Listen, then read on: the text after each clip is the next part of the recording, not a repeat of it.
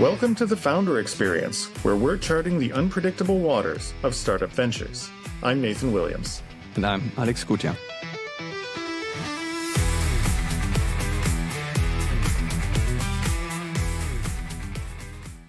I once was talking with a friend of mine who was working for a fairly large company. He told me the most important part of creating a proposal was the staple in the corner that had to be horizontal and not crooked. And that's a hell of an opener. Right? This is something that has stuck with me for a long time. Is that people really are affected by the look and feel of your presentations and of your proposals. So I wanted to bring this up with a question for you, Alex. How have you approached, creating a proposal for a big project to a big company as a founder? Mixed feelings, to be honest. I think what you said, the visual appeal is important. And to be perfectly honest, I always hated writing proposals. Okay, that's probably not a surprise. What I always prefer doing business with people, like doing handshake. And I know this, of course, when you work with big companies, that's not always possible. I know that. But the one thing that I learned from when I was working with a sales coach, working through how to structure proposals, etc. The biggest thing, or the biggest takeaway I still know today, is the proposal should never surprise the client. So you shouldn't in a proposal, the proposal shouldn't be the first time or place where the client sees pricing or anything, right? So it should just be a confirmation of what has already been agreed upon, right? In calls, meetings, whatever. So this is the key takeaway that I still think about all the time. And then of course, again, you want to, especially if you're selling high ticket services, you don't want to it shouldn't look like a shitty Windows 3.11 kind of template, right? It should look like, okay, you're spending time doing this. And of course you can have templates. And when we've done this before, we also hired creatives over on Fiverr, etc. So we just had the copy and then just said, okay, make it look really nice, because that sells. I didn't hear the one with the clipping, like the staple that you said. That's a first. This is a little old school. I don't know anyone who gives proposals on paper anymore. That's true. But yeah, this is if there's just one key takeaway, I'd say, okay, it shouldn't surprise the client. One of the things that I've seen, like I do a lot of proposals. I do a lot of B2B sales. My business is mostly working with larger companies, and we can't just send over an email and say, okay, it's going to be $100,000. Please just send it over. Like you could try. The first thing to keep in mind with one of these proposals or a presentation is that it's not for the client you're sending it to. Almost always, it's for them to sell it to their boss. Yeah, This is the first thing that I had to learn, which is that, you're sitting there going, well, they already know. We already talked about it, right? We already talked. I will give service. You will give money. This is how it works. No, they've got to sell it internally. And oftentimes, if you're doing something for a big company, right? Like if you're let's say you're selling software to the production department, they might have to talk to IT.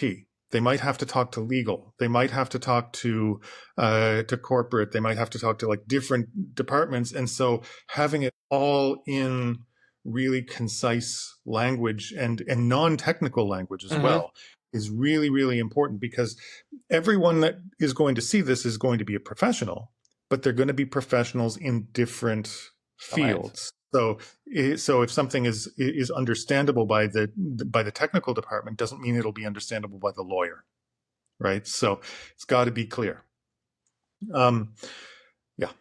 I didn't mean to interrupt there, but I've just been thinking: do you have different templates or approaches then for different companies, or would you say it's all the same? It's the same customer base or same size essentially, so it's the same template? Because I've seen proposals for corporates that they usually send you something first, like a big chunk of paper that you have to read through, especially coming from the IT world when it comes to, okay, if you're operating the service, like service levels, whatever, right? A lot of stuff that they also then want to see at least touched upon, and therefore smaller, medium-sized companies, I see that usually you can get away with a couple of pages where just agree, okay, this is what we want to do, which I usually again prefer.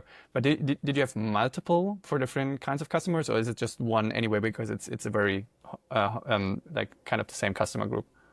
I find no, we've got multiple, and I find for small and medium sized companies, German Mittelstand companies, for Uh-huh. example, uh, it tends to be a little easier because we're in control. Usually, we talk to them and then we give a proposal and say we want to do this for you.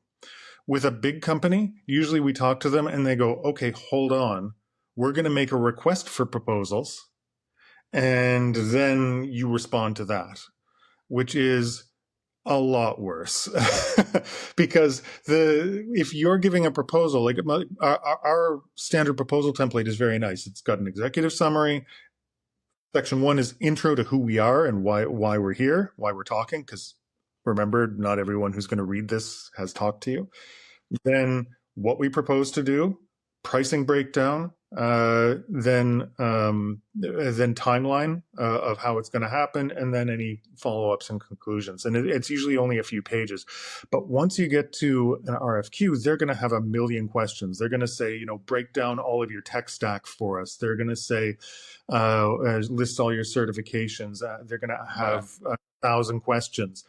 And we've gotten to the point where we've got more or less a template for responding to these things. But it doesn't matter how many templates you have. It's still a lot of work, even for similar types of customers, when you're at that level. And how, like, what's the process just in terms of timeline? How like when a proposal is just confirming what has been discussed, like how many meetings, discussions, etc. do you have before you get to the proposal? Oh, I mean, the whole point of founding a business, right, is to reduce that as much as possible, right? So at the beginning, when you don't know anything, it'll probably be a couple of meetings, but and it depends on your product. But you want to get it down to a science, right, where you can answer and preempt as many questions of the customer as possible in that first meeting. And what I like to do is send over via email as many answers to the Yeah. questions as they have. One thing I like doing is trying to be as upfront about pricing as possible. And that's tough, right? That's tough for people because oftentimes if you're giving a service to a company, you don't know, are they going to not want your pricing? Is this going to be too much for their budget, too little, whatever? No, no, no. It's much better to go, look, here's my rate card. I charge $1,000 a day, whatever, or we do $10,000 a project, or even if it's high, but you're setting the price. And then they are able to say, this is within my budget or this isn't. And if it isn't, then you don't waste your time and you can move on. Yes. Oftentimes we've all heard the terrible advice: never say a number first. First person to say a number loses the negotiation. Right? Yeah. I've heard this advice. You've heard Yeah. this Yeah. Yeah. advice. Yeah. This is terrible advice. Terrible advice. In dealing with companies. No, you know your price, you know your worth, you set it, and then they can say, "Hey, I want a discount." But you've already anchored them to what you're willing to do. And if you're not willing to do it at that price, it's better to move on quickly than spend six meetings in talks about how you'll do a project. Yeah.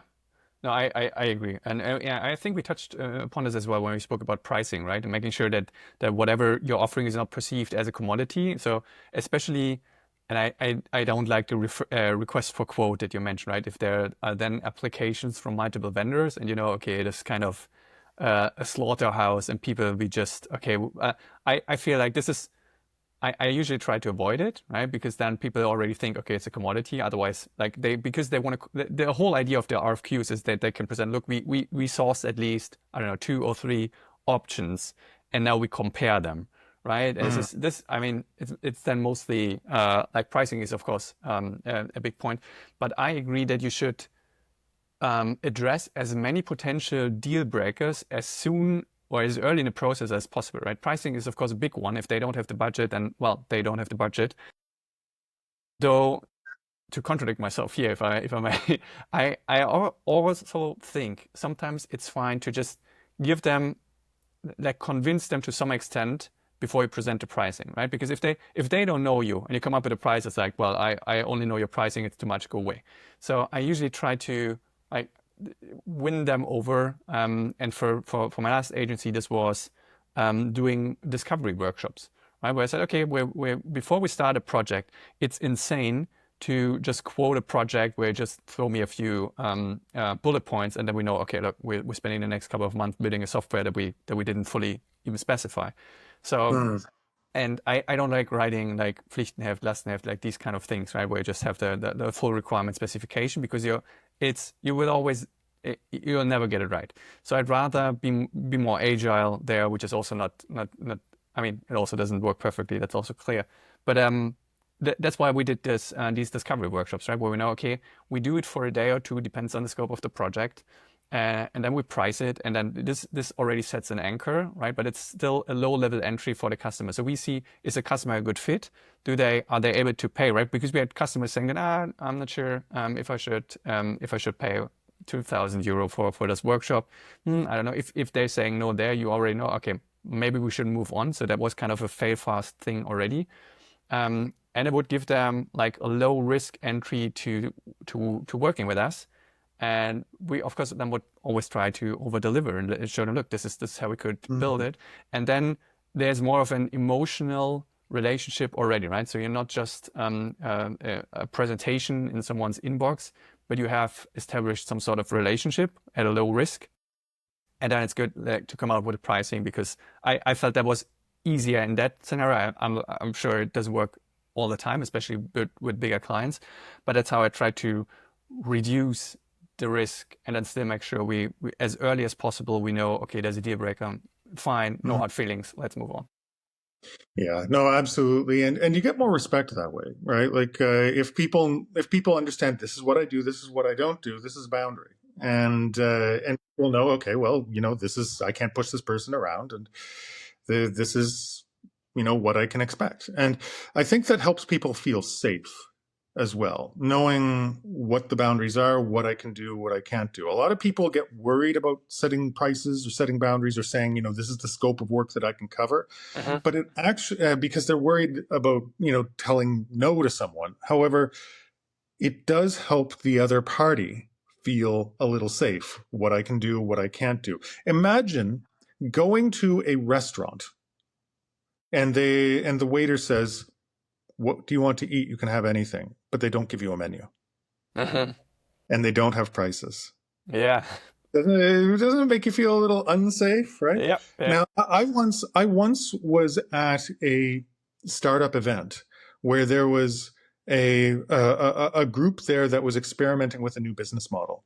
It was a pay what you want for a 10-minute shiatsu massage model. Oh my gosh, I have never felt more uncomfortable in my life. First of all, the person gave me a terrible massage. And then they said, how much do you want to pay for it? I have never felt more awkward. And Mhm. I didn't want to pay anything for it because it was a terrible massage. But guy just sort of like touched my back or something. But anyway, but then it's like, It sounds like a I horrible business don't model. know, 15 euros. And they're like, 50? And I said, no. Like, oh my gosh, it was awkward. I'm the type of person, I don't even like taking free samples when I go to like a place that has a free sample thing, because then I feel obligated to buy something. And I just hate that feeling. Um, Yes. and how much more, right? Like when you don't have expectations or pricing or this sort of thing. So I always look at the proposal, the conversation, the setting of boundaries, expectations, the giving of price. This is all part of helping the client feel safe. And feeling safe means I know what I'm going to get. I know I can justify this to my boss. I know that there's going to be an outcome. I know this is not going to be a run-on project for the rest of time, that I'm going to have an outcome at the end of a certain period of time. And this is all part of security. Yeah. No surprises. So and yeah, you're also right. where that they have to sell it further down into the company. So I see that. And after you submitted the proposal, just roughly, what does it look like from there? Is there, once you handed it in, how long do you wait to follow up, or how, like, because that's also something that I potentially overthought at some point. Like, what do you say? Okay, this offer is good until, right? And then how do you follow up? How often, when, etc. And where do you know? Okay, that's a dead end because someone's ghosting you. Whatever. I mean, I saw that as well. So, what's the like? I'm not sure It what my depends question on is, who's but in the driver's seat, right? Like if I go to a smaller company and I say, "Hey, do you want these services?" What I will do is I'll say, "Here's how this is going to work. I'm going to give you the proposal, and then I'll give you a chance to read it through, talk it internally, and I will follow up in a week." And so that way they expect my follow-up. And it's not like I don't have to go to them and go, "Hey guys, did you read it?" And then feel like, "Oh my gosh, am I annoying them? Or do they feel like I'm annoyed or anything?" No, I promised to follow up in a week. And so therefore I'm following up in a week. And so expectation management. It's different if they're doing a request for proposals, right? If they're in yeah, the driver's seat and they say, "Okay, submit this," then the role is, okay, when should I wait to hear back? Just clarify, like, should I expect to hear back by this time? When should I follow up? And I find just asking the question, "When should I follow up?" gives you a logic in your response to be able to say, instead of, "Hey, I'm following up," "Hey, I'm following up as we discussed." yeah. So you don't have to feel like you're overstepping any boundaries, right? Um, And that's so simple. And I never did it, right? I sent a proposal and I was just sitting there and waiting, right? So it's sent out now, okay, and then just guessing when should I follow up? And it's so simple to just set the expectation and tell them, look, here's a proposal, ask me questions, otherwise I'll be following up in a week from now, and then let's get started, which is much simpler. It's often these kind of simple truths. sometimes Yeah. sometimes you just don't think of it, right? No, that's true. So that makes sense. Um, and just for the if there's an RFQ process, something that I or that we both saw, I guess, is a little bit tricky to navigate is if if you're asking questions and then okay, if you're asking a question that has to be shared with everyone in the process to have like a leveled playing field, right? So everyone has the same information, which makes it very hard to get information where no, okay, I need that information to just advance, but at the same time, that would give the other competitors kind of a leg, right? Because they could now also use the data. So since we've both been involved with that, I find that very exhausting if you're in that kind of game. Yeah, I mean, personally, I like being chosen because I'm the best person to work with, Mhm. and I think that having an attitude of if I'm the best person to work with, then I will be chosen, uh, is important. Like, if you get a proposal rejected, it's important to find out why, right? And oftentimes when like companies will send a rejection, say, "Thank you, we've had a really competitive process. It was you had a good proposal, but we decided to go with someone else." My first thing will be, "Understandable. Thank you very much for the notice. Could we schedule a meeting? Because I would like to hear a little bit as to your decision process and what played into it, and to understand how I can improve my offers in the future." And most of the time they'll do it. Most of the time a company will Really? do it.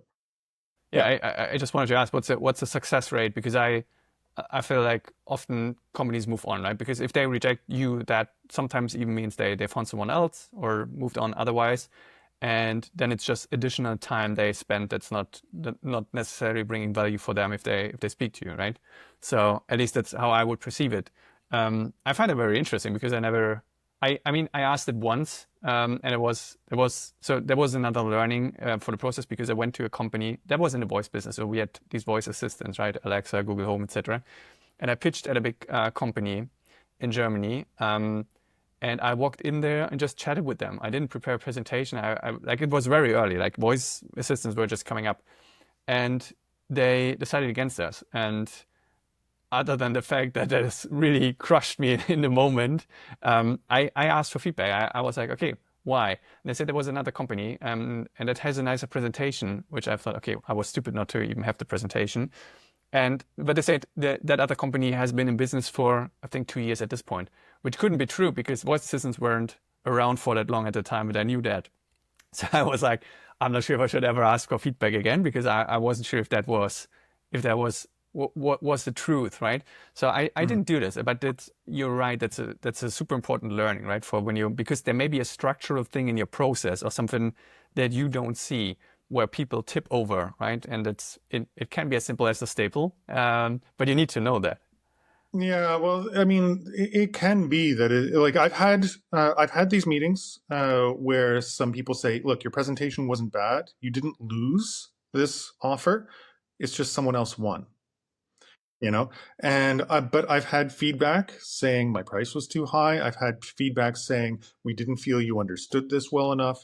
I've had feedback from there's been a number of things, and I find that you get more agreements to have these follow-up meetings with bigger companies, because with bigger companies, they tend to have more extensive processes.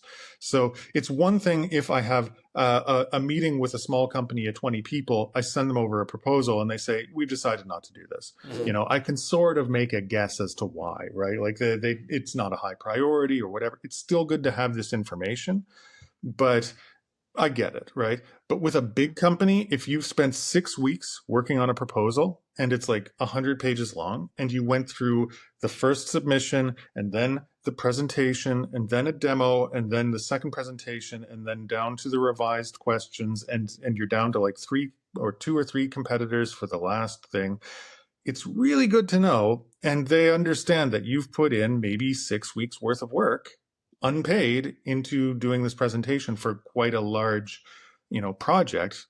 It's important to get this feedback.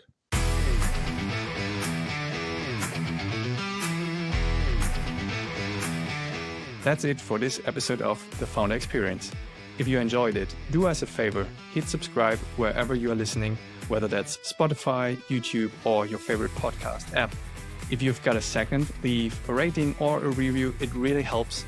And you can find more episodes and behind-the-scenes stuff on our website, founderexperience.fm. And if you've got feedback or business ideas that you want us to talk about, shoot us a message at hello@founderexperience.fm. We'd love to hear from you. Thanks for hanging out. We'll catch you next time.